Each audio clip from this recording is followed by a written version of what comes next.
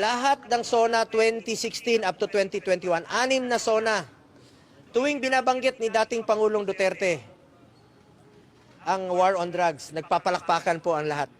Standing ovation po ang Kongreso at ang Senado.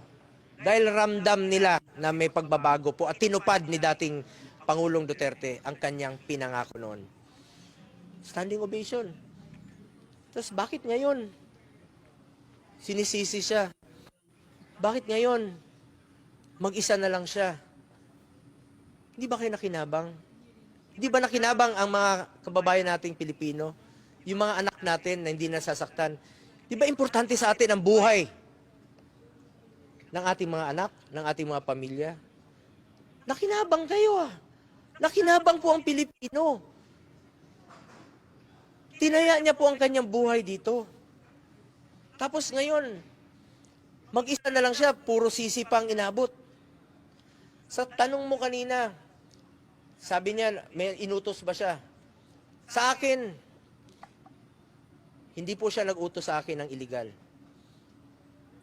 At kung sakali mang meron siyang iutos sa akin na illegal, hindi ko po susundin.